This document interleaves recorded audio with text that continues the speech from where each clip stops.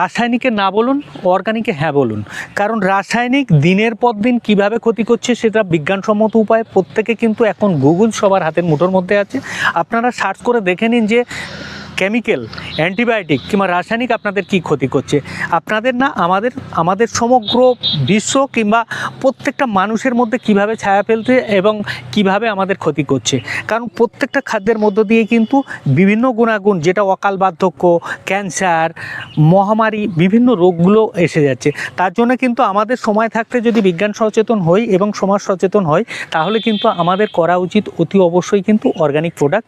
কারণ অর্গানিকের মধ্যে কেমিক্যাল নেই, অ্যান্টিবায়োটিক নেই এবং রাসায়নিক কোনো বিক্রিয়া নেই।